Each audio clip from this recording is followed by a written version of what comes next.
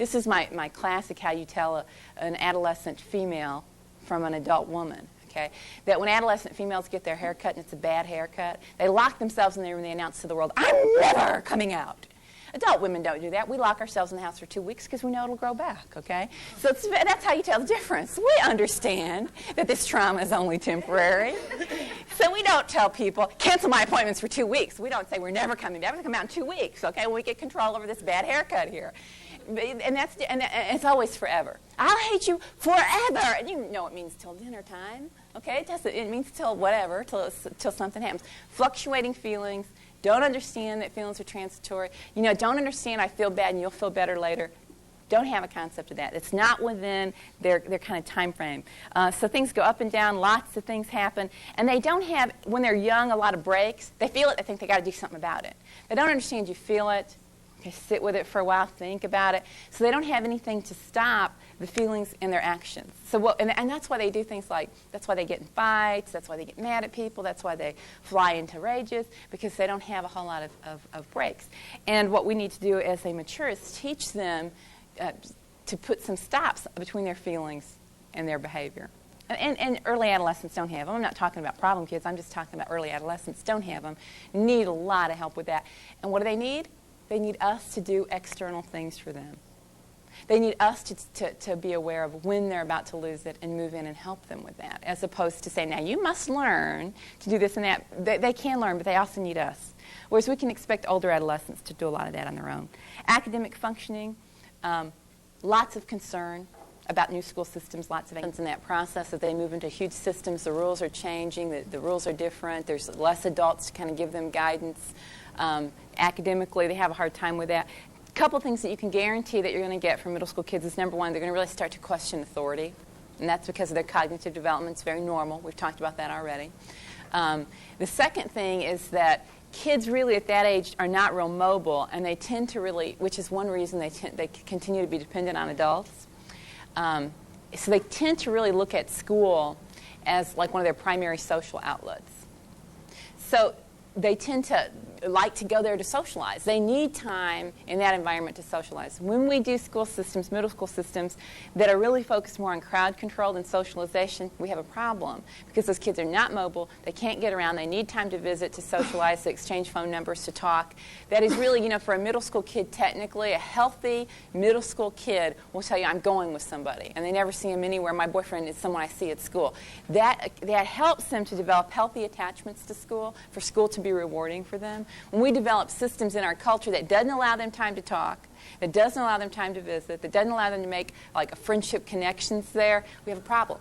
Because that's where they need that. If they're not going to do it there, they're going to do it inappropriately. And usually when it's done inappropriately, it's done outside of there, it's done with older kids, kids that they really should not be with.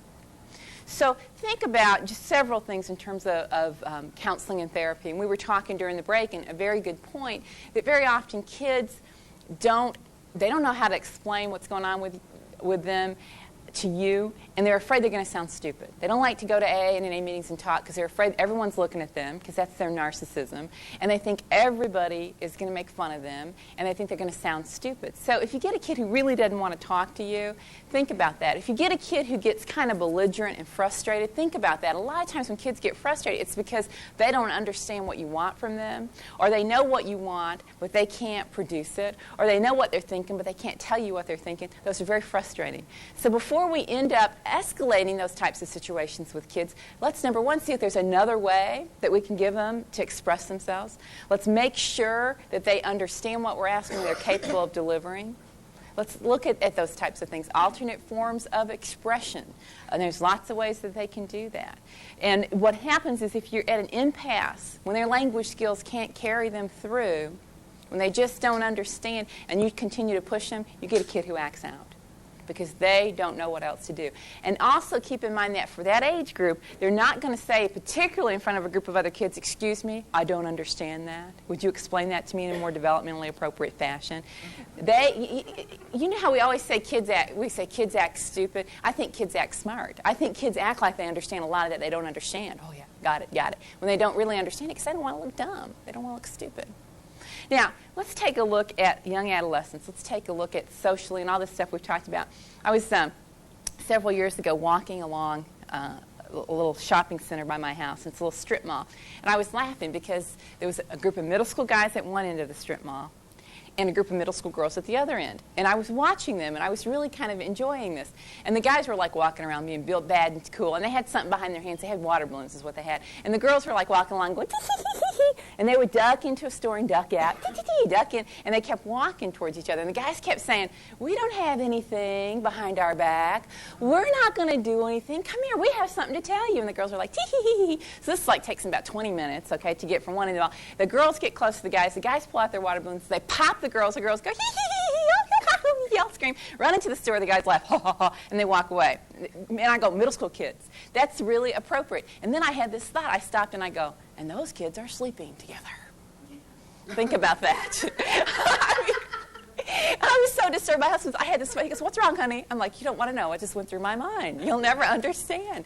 But socially, on one level, we have this one thing going. I'm very appropriate that they would be doing this, silly little touch, yeah, we're not going to hit you. Yes, we are. Oh, they're so cute.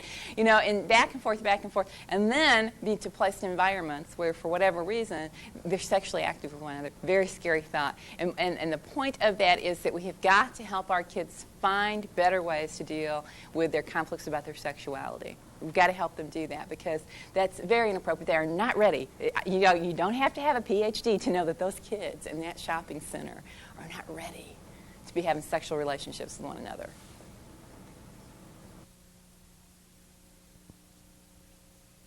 Let's talk about middle adolescents, 15 and 16-year-olds.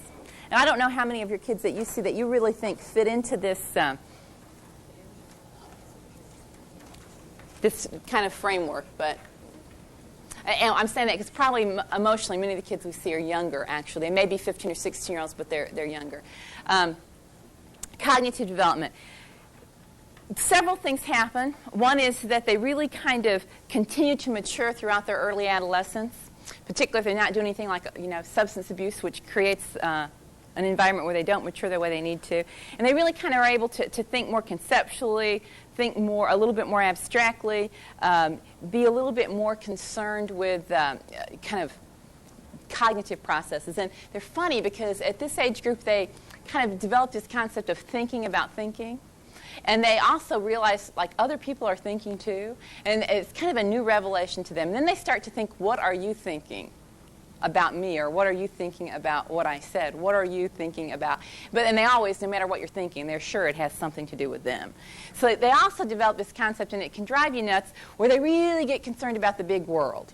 Okay, they think about, animal rights, and they think about the fate of the blue whales, and they think about being vegan because it's not right that we eat animals, and they think about, so they do all these like idealistic kinds of aspirations, and they're talking about, the blue whales, and you're just wanting them to do their algebra homework. I mean, to them, the blue whales mean everything, and algebra means nothing, and we don't quite get it. So they get really into, and if you want to get your kids on fire, give them something to think about. This is what I call, this is how kids choose therapists in the 90s. They come in and they go, you do recycle, don't you? I couldn't possibly trust my feelings to anyone who didn't respect the environment. Oh, yes, I recycle. Now that's a 15 and 16-year-old kid who's saying, what about the world? What about animals? What about people? They don't think that. They think about big, huge concerns. We want to get them narrowed in, and they're like, oh no, I'm too busy thinking about the blue whales to worry about English. And that's because they can think about the blue whales. They didn't even know the blue whales existed last year. So, they really kind of just are kind of into this whole concept. And it drives us crazy because we kind of understand that, get past that, and get on to the business of living. But it's kind of they're in their head with all that stuff. And it's hard sometimes for adults to understand that. We hopefully be able to see at this point an increased capacity for planning, and finally you'll hear kids thinking about, well, I really thought about that before I did that. So thinking things out, planning, seeing a little more into their future, kind of thinking about different hypotheses like, okay, if this happened, then what would that mean? A little bit, not real refined. And I always laugh that sometimes they're doing this and they think they're doing such a good thing, and you're going, what is that? Because it's a new skill for them. Like you teach problem-solving skills, they leave your office, you watch them doing something, you go, what is that? And they go, that was problem solving. And you go, I didn't recognize it. And they go, well, I'm not good at it yet. I'm just learning, okay? So sometimes, you have to talk to them. They do things to solve problems that really make the problems worse, but it's an attempt. It's an attempt at problem solving. And it's new to them, so they're not going to do it really well. And sometimes you might not even recognize it, but give them credit for the fact that they are making efforts to do that thing. Most frustrating thing 15 and 16-year-old kids, frustrating, it's personal fable thinking. It's a thing they go through that says, I know it'll happen to others, but it won't happen to me. That sense that I'm different, I'm special, or as they say in group, I'm unique, baby. That all these rules of the world apply to others, they don't apply to me. Sounds like a character disorder, doesn't it? Sounds like someone who's living in delusion and denial. Well, it's an adolescent. And they usually pick particular areas of personal fable thinking that drives us crazy. And it's something that hits about 15, and thank God it only lasts for a year or two because it can drive you crazy. And they don't have life experiences to contradict their fables, and this is what personal fables are. It's things like this. I know that when other people, for example, drink when they drive, they're impaired, but not me. I can drink just fine. And then you're trying to tell them they can't, and they go, you don't know me. You don't know. I know that when other people have unprotected sex, bad things happen to them, but it won't happen to me. Now, here's my favorite. This happens to me every spring, and this is spring. It happens every year. I get these calls from these frantic parents. They're going to flunk school. They're going to flunk school. They're going to flunk school. Well, why do you say that? Because they have all Fs. Probably they are. Will you talk to them? Okay, bring them in. I go, so why are you here? Everybody's overreacting. Well, what do you mean they're overreacting? Everybody thinks I'm going to flunk. Well, would there be some reason that they might think you're going to flunk? No reason whatsoever.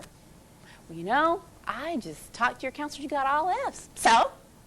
Well, I know I'm old and everything, but when I was in school, if you got all Fs, you didn't get any credits. And then if you didn't get credits, you didn't get to go from being a sophomore to a junior. What to say I have to do anything? I got 4 weeks left. Oh, what are we going to do in those 4 weeks? Well, I'm just going to pull my grades up. Oh, well, silly us. Now, you're going to pull them up, huh? What are you going to do? Oh, I'm just going to try harder. Oh, does that mean you're going to do homework? No! Does that mean you're going to study? Well, I don't need to study. It's like, oh, okay. So they kind of go through this whole thing, and so it's like, don't worry about it. Don't sweat it. I'm going to pass everything. Don't worry. Just chill out. It'll be all right.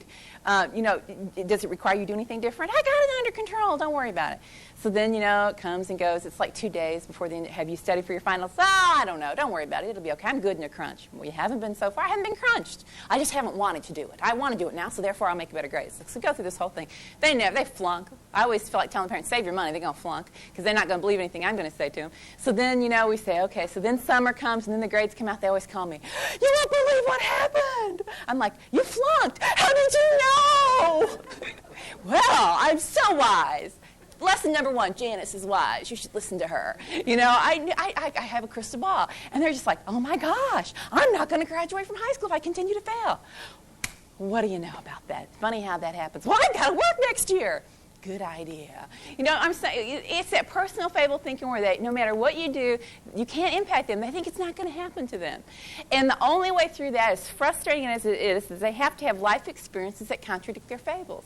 So if a kid says, I will pass just because I want with no effort, and he doesn't pass, he has had a life experience that says, in my group they have this expression called deet-a-deet-deet. It means dumber than dirt.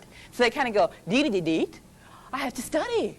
Oh, next year I better study. And so I always laugh that the cure for that is next year. Okay, the cure for that is maturity. The cure for that is when they get older. And parents, and what we need to do is we need to point out their personal fable thinking. We need to make predictions like they're really hard to make. It takes a genius to figure this out.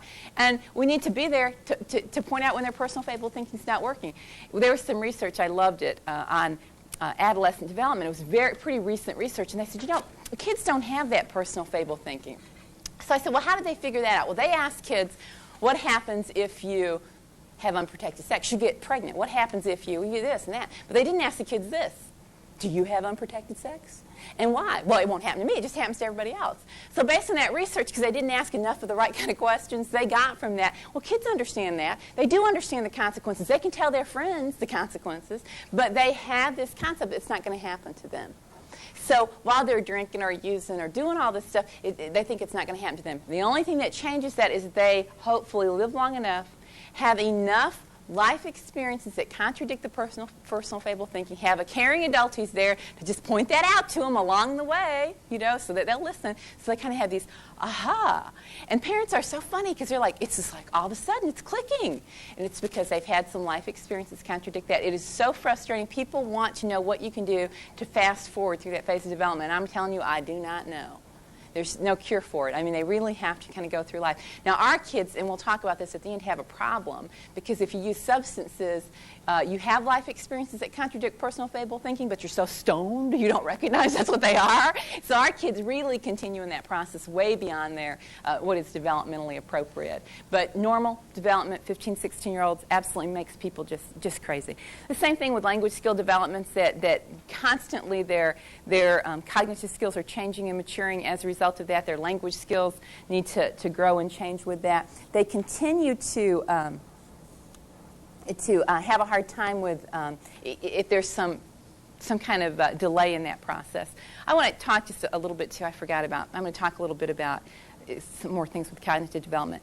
One of the things that happens with kids this age that drives us crazy, and I think it's part of their personal fable thinking, is their aspirations can very often exceed their capabilities. They kind of live in that world of anything's possible. And that's that personal fable thinking. Like I had a kid that was flunking everything and was wearing a Harvard shirt.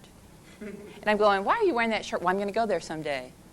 When? Because GPAs of 0.9s don't get you in, okay?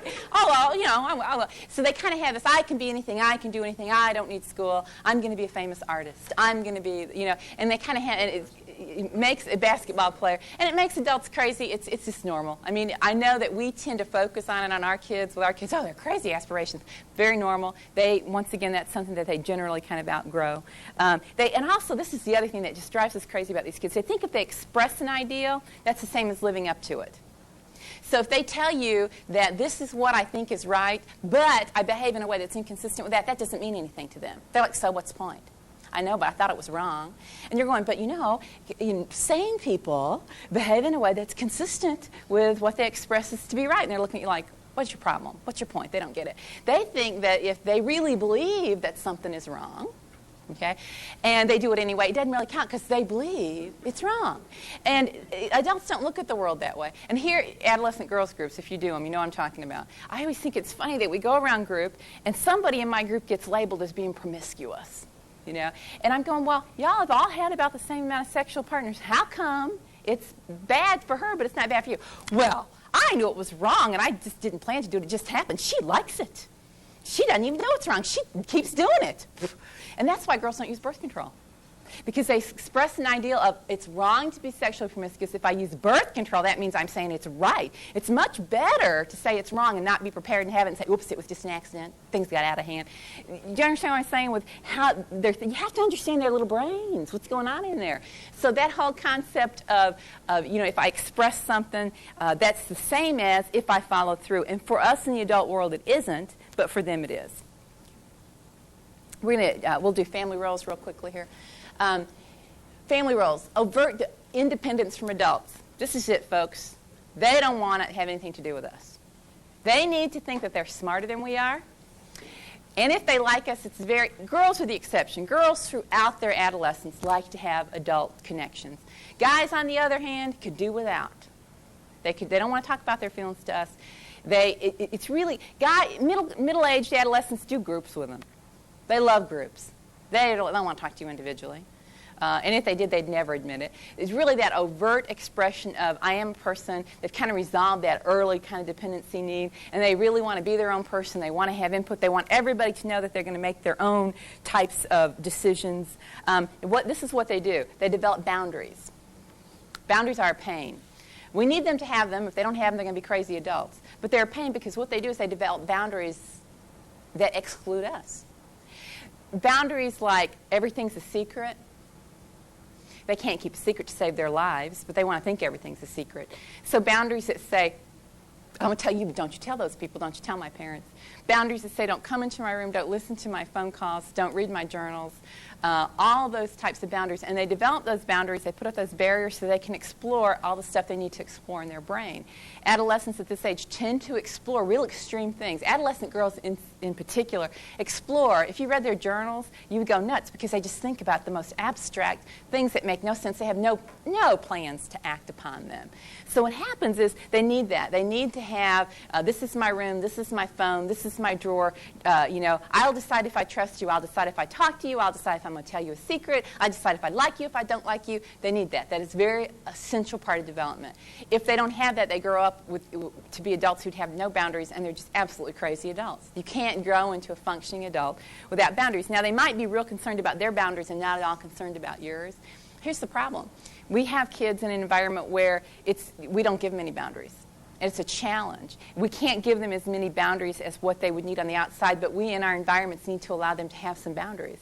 And one of the boundaries that I give my kids is when I talk to them, and I can do this because I work outpatient, I say, it is your decision. I have a job this first session, and my job is to figure out what's going on with you and what you need to do for things to go better. Your job is to figure out if you can work with me. I go, people bring you here. For all I know, I might look like your wicked old algebra teacher. You decide if you can work with me. Well, that's good. And they watch you the whole time. All right, I'll give you a try.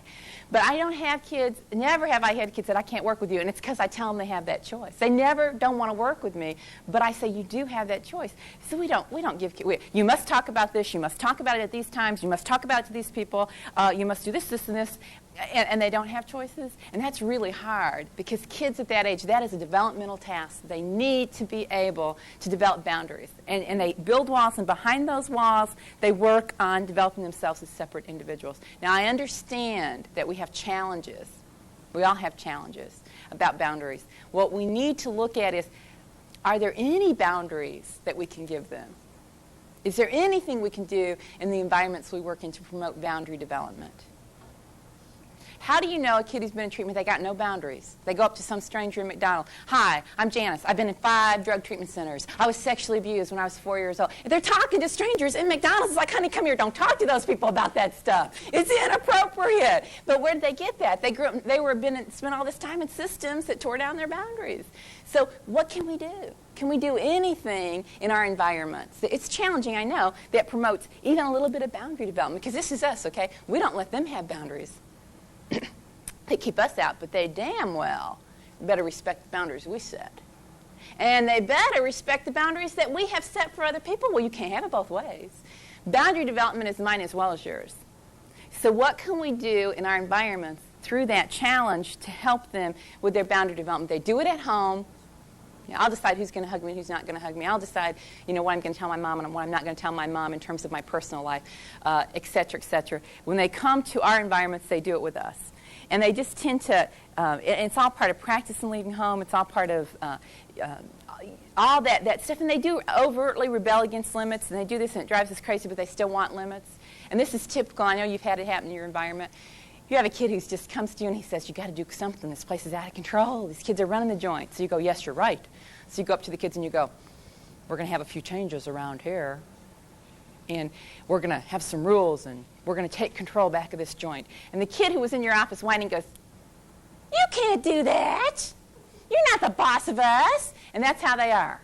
It's that constant, oh, my God, you're not going to leave me to my own devices, are you? And this is typical. A kid comes in. I had a kid. He's real hyper, and he was messing with something while I was talking to him. He was messing with the ink pen. He was getting it all over his hands. He goes, aren't you going to tell me not to do this? I go, don't do that.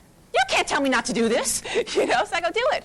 Well, don't you bother. You can get ink all over everything. That's not appropriate. I'm like, whatever. But that's how they are. You're not going to leave us to our own devices, are you?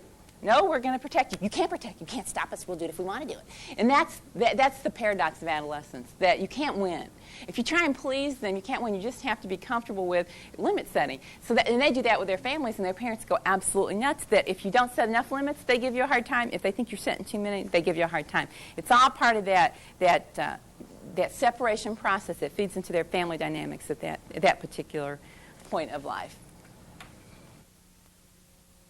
Social development for middle adolescents. We've kind of talked about this already in terms of there really is a process of devaluing adults during this phase of life. Don't take it personal. It's just something they need to do. They need to think that we're not as smart, not as important, and their peer group becomes very critical to them, and that's why social development kicks in. And what happens at this point, that really the kids have moved away from the influence of adults, of their parents, of other people, really don't want to have contact with us, and so therefore their peer group becomes more influential to them, more powerful, very critical, and they turn to the peer groups to get their needs met.